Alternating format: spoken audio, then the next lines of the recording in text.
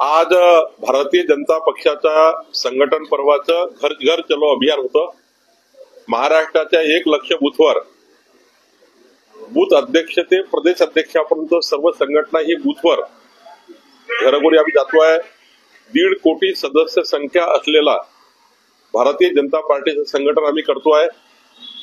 लवकरच बूथ अध्यक्षाच्या निवडी होतील, तालुका अध्यक्षाच्या निवडी होतील, जिल्हाध्यक्षाच्या निवडी होतील आणि मग प्रदेश अध्यक्षाची निवडी होतील. आमचं संघटन पर्व सुरू झालं आहे. मला विश्वास आहे की आजचा जो आमचा घर चलो अभियान आहे, 12 तारखेला आमचं शिर्डीमध्ये अधिवेशन आहे. जनतेने जे आम्हाला मतं दिले 3 कोटी 17 लाख मतदारांनी आणि महाराष्ट्राच्या जनतेने आमचं सरकार आणलं. आम्ही अभिनंदनाचा प्रस्ताव मांडणार आहोत अधिवेशनामध्ये आणि मग 14 तारखेला एक घर घर चलो अभियान आहे. 17 तारखेला घर घर चलो अभियान आहे. 20 तारखेला आमचं अभियान आहे. आम्ही या अभियानातलं 1.5 कोटी सदस्य संख्या असलेला प्रचंड मजबूत असलेला भारतीय जनता पक्षाचं संघटन आम्ही या ठिकाणी करतो आहोत. मला विश्वास आहे की 1.5 कोटी सदस्य संख्या होईल.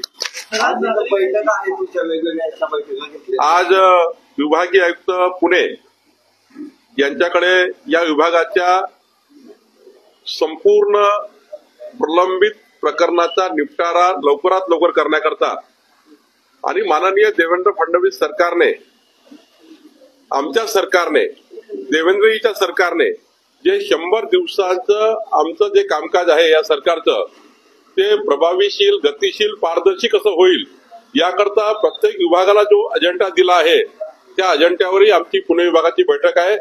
या बैठकीनंतर मी जमाबंदी आयुक्ताकडे जाणार आहे. IGR मुद्रांक आमचे जे कमिशनर आहे IGR कडे मी जाणार आहेत.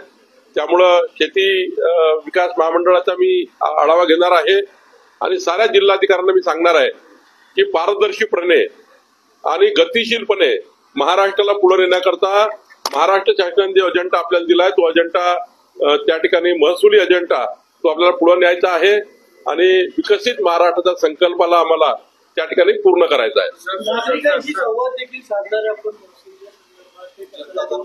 मी आज 2 तास पूर्ण वेळ पुणे विभागाचे जे तक्रारी असतील किंवा त्यांचा काही महसूल मंत्र्याशी काम असेल किंवा माझ्याकडे काही त्यांचं प्रलंबित असेल मंत्रालयामध्ये तर मी त्यांच्याशी भेटणार आहे. 2 तास मी नागरिकांना दिला आहे. कुठलाही व्यक्ती मला भेटू शकतो असं मी या ठिकाणी 2 तास शिल्लक ठेवले आहे. सर आघाडी सरकारच्या काळात ज्या ज्या मंत्र्यांवर आरोप झाले, भ्रष्टाचार असेल किंवा अन्य आरोप असेल, त्यांनी नैतिक जबाबदारी स्वीकारत त्यांनी त्यावेळेस राजीनामा दिला होता मंत्रिपदाचा आणि बाजूला झाले होते. पण आजची जी परिस्थिती बघितली, बीडच्या सरपंचाच्या हत्या प्रकरणात धनंजय मुंडेंवर जर आरोप होत असेल तर नैतिक जबाबदारी म्हणून त्यांनी बाजूला होणं योग्य आहे किंवा काय? नाही, मला असं वाटतं की वस्तुस्थितीवर गेलं पाहिजे. आज धनंजय मुंडेजी ह्या कुठल्याही त्या प्रकरणामध्ये डायरेक्टली किंवा इनडायरेक्टली कुठल्याही तपासामध्ये येत नाहीये. ज्या दिवशी तपासामध्ये येतील त्या दिवशी माननीय मुख्यमंत्र्यांनी आणि आमच्या सरकारने सांगितलं की कोणाला आम्ही सोडणार नाही आणि ज्या ज्या पद्धतीने माननीय देवेंद्रजींनी बीड या प्रकरणाचा तपास सुरू केला आहे आणि तपासाला अंतिम करण्याकरता शेवटी तपास इतका मजबूत असला पाहिजे की आरोपी हा कोर्टात सुटू नये याकरता जी बाब करायला पाहिजे ती सरकार करता आहे आणि मला वाटतं की योग्य तपास सुरू आहे. ज्या दिवशी तपासात वाटलं मंत्री राजीनामे देतील, पण कुणी राजीनामा मागते आहे, कुणाला त्या ठिकाणी आपला आकस काढायचा आहे या आधारावर नको. कुठलाही याच केस नाही, बीडची केस नाही, तर महाराष्ट्रात कुठलीही जर प्रकरण झालं तर डायरेक्ट मंत्र्यावर आरोप करण्यापेक्षा वस्तुस्थितीवर गेलं पाहिजे. मंत्री इन्व्हॉल्व असेल तर राजीनामा देतील. अजित पवार तुम्हाला भेटले का दसच्या संदर्भात? ज्या पद्धतीने तुमच्याच पक्षातील आमदार त्यांच्यावर आरोप करतात. मी स्वतः सुरेश धस साहेबांची भेटलो. उद्या मी भेटणार आहे आणि नेमकं या प्रकरणाचं राजकारण झालं आमच्याकडून की कोणाकडूनही तर तपासाला वेगळं वळण येतं. आपली विरोधी पार्टीची आणि आमच्या पक्षाची सर्वांची जबाबदारी काय आहे? या प्रकरणाला सर्वांचा त्या ठिकाणी मोठो काय? या प्रकरणामध्ये जो आरोपी आहे त्या आरोपीला अंतिम शासन होतपर्यंत आपण एकजूटपणे काम केलं पाहिजे. सरकार आणि विरोधी पक्ष म्हणून या प्रकरणात पाहण्याची गरज आहे. या प्रकरणाचं राजकारण करण्याची गरज नाही असं मला वाटतं.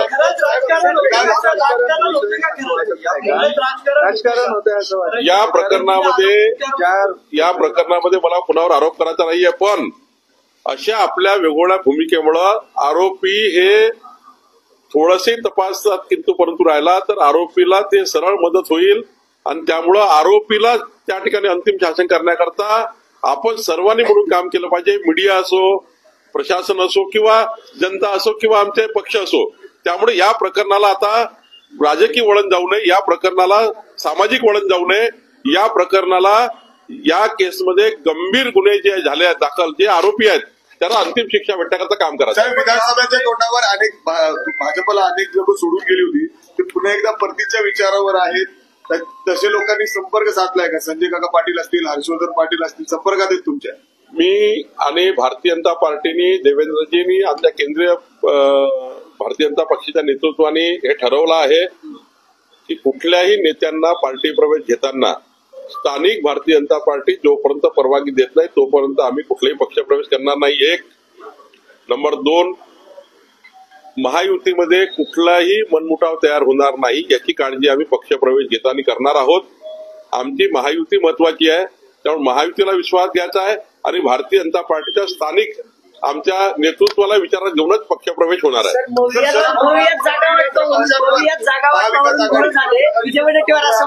शरद पवारांनी नाराजगी व्यक्त केली आहे मित्र पक्षांवर, त्यांच्या शिवसेना आणि काँग्रेसवर नाराजगी व्यक्त केली. कुठे समन्वय त्यांच्यामध्ये नाहीये. शरद पवार सुद्धा म्हणाले की मवियात जागा वाटपाचा जो घोळ झाला त्यामुळे हा सगळा पराभवाचा फटका बसला. हे बरं झालं त्यांनी मान्य करून टाकलं. कालपर्यंत ते मशीनवर दोष द्यायचे. महायुतीमध्ये कुठलाही मनमुटाव तयार होणार नाही याची काळजी आम्ही पक्षप्रवेश घेताना करणार आहोत. आमची महायुती महत्वाची आहे, त्यामुळे महायुतीला विश्वास द्यायचा आहे आणि भारतीय जनता पार्टीच्या स्थानिक आमच्या नेतृत्वाला विचारात घेऊनच पक्षप्रवेश होणार आहे.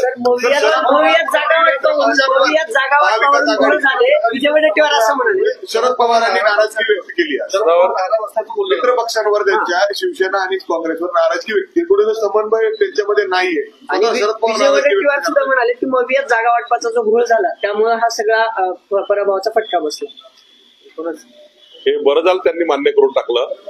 कालपर्यंत ते मशीनवर दोष द्यायचे, ईव्हीएमवर दोष द्यायचे. आता वस्तुस्थितीवर आले आहे. त्यांनी आता थोडा अभ्यास केला दिसतो. अजून त्यांना अभ्यास करायची गरज आहे आणि त्यांनी अभ्यास करून काय चुकलं याचं आकलन जर योग्य केलं तर तुमची गाडी पटरीवर येऊ शकते. जसं लोकसभेच्या निवडणुकीमध्ये आमचा ऍक्सिडेंट झाला. आम्ही काही चुका केल्या होत्या, त्या चुका आम्ही दुरुस्त केल्या. आम्ही जनतेपर्यंत गेलो, घर चलो अभियान केले, जनतेला विश्वास घेतलं, जनतेला सांगितलं की डबल इंजिन सरकारच महाराष्ट्राला विकासाकडे नेऊ शकतं. जनतेने आमचं म्हणणं ऐकलं आणि महायुतीला प्रचंड बहुमत दिलं. जनता ही यावेळेस कन्व्हिन्स झाली. खरं तर कन्फ्युजनचं राजकारण महाविकास आघाडीने केलं म्हणून लोकसभेला त्यांना मतदान मिळालं. आता जनतेला आम्ही कन्व्हिन्स केलं. आता आमच्या बाजूने जनता आली आहे. आता महाविकास आघाडी मात्र आपसातल्या वादामध्ये पेटलेली आहे. त्यांचं विजन नाही आहे, विकासाचं विजन नाही आहे. लाथाड्या सुरू झालेल्या आहे आणि पुढच्या काळामध्ये आमची महायुती आणि आमचं महाराष्ट्राच्या विकासाचं विजन हे आम्ही प्रभावीपणे काम करू आणि विकसित महाराष्ट्राचा संकल्प पूर्ण करू. पण महाविकास आघाडी मात्र आता खऱ्या अर्थाने वस्तुस्थितीवर लक्ष द्यायला सुरुवात केली आहे. हे चांगलं आहे. चंद्रपूरमध्ये मुख्यमंत्री देवेंद्र फडणवीस यांचा कार्यक्रम आहे, त्याला अध्यक्ष म्हणून स्वतः विजय वडेट्टीवार आहे. मात्र दुसरीकडे सुधीर मुनगंटीवार हे पाहुणे म्हणून ते कार्यक्रमाला आमंत्रित होते. मात्र ते कुठेतरी नाराज आहेत म्हणून ते कार्यक्रमाला येत नाहीत असं त्यांनी सांगितलं. मला तिथे आता बाब सांगता येणार नाही. पण महाराष्ट्राच्या विकासाकरता जर महाराष्ट्र विकसित करायचा असेल तर पक्ष आणि विरोधी पक्ष या सर्वांना घेऊन निवडणुकीच्या राजकारणाच्या बाहेर निघून सर्वांना सोबत घेऊन आपण विकासाकरता काम केलं पाहिजे. हा महाराष्ट्र महत्वाचा आहे, महाराष्ट्राची जनता महत्वाची आहे. त्यामुळे आता आम्हाला हेवे दावे सोडावे लागतील, पार्टी विपक्ष सोडावा लागेल आणि विकासाच्या कामातून आपल्याला महाराष्ट्र पुढे न्यावं लागेल. आणि त्यामुळे असे कार्यक्रम घेतले. उद्या पवार साहेब आणि देवेंद्रजी एका व्यासपीठावर आले, त्याला काय अडचण आहे? उद्या उद्धव ठाकरे आणि कोणी आपले देवेंद्रजी एका व्यासपीठावर आले. विकासाच्या व्यासपीठावर कुठलाही प्रॉब्लेम नाही. राजकारणाचे आमचे अड्डे वेगळे आहे, राजकारणाचे आमचे व्यासपीठ वेगळे आहे, पक्षाचे व्यासपीठ वेगळे आहे. पण महाराष्ट्राच्या विकासाकरता सर्वांनी एकत्र आलं पाहिजे. सुधीर भाऊ तुम्हाला काही चुकीची माहिती मिळाली असेल सुधीर भाऊ नक्की येतील आणि सुधीर भाऊचे नेते आहेत. संतोष देशमुख आपल्या पक्षात प्रवेश केलेले नगरसेवकच काल म्हटले की खरी शिवसेना ठाकरे उद्धव ठाकरेंची शिवसेना. ते शिवसेनेबद्दल बोलले, पण त्यांनी परवा जे बोलले मी शेवट सांगतो आपल्याला, जेव्हा उद्धव ठाकरेजींना ते सोडून आमच्याकडे आले तेव्हा त्यांनी सांगितलं की हिंदू हृदय सम्राट बाळासाहेब ठाकरे यांचे विचार उद्धव ठाकरेंनी सोडले, हिंदुत्वाचा अजेंडा उद्धव ठाकरेंनी सोडला, म्हणून आम्ही आमची महायुती असलेल्या भारतीय जनता पार्टीची अनेक वर्ष युती आहे, आमचे विचार सारखे आहे, आमचे हिंदुस्थानाच्या विकासाचे विचार आहे, हिंदुत्वाचे विचार आहे, म्हणून भारतीय जनता पार्टीत त्यांनी पक्षप्रवेश केला आहे. खरं तर ते आमच्याकडे आले असताना त्यांनी कुठली अपेक्षा व्यक्त केली नाही, केवळ भारतीय जनता पार्टीचे विचार आणि भारतीय जनता पार्टीचं संघटन मजबूत करण्याकरता ते भाजपमध्ये आले.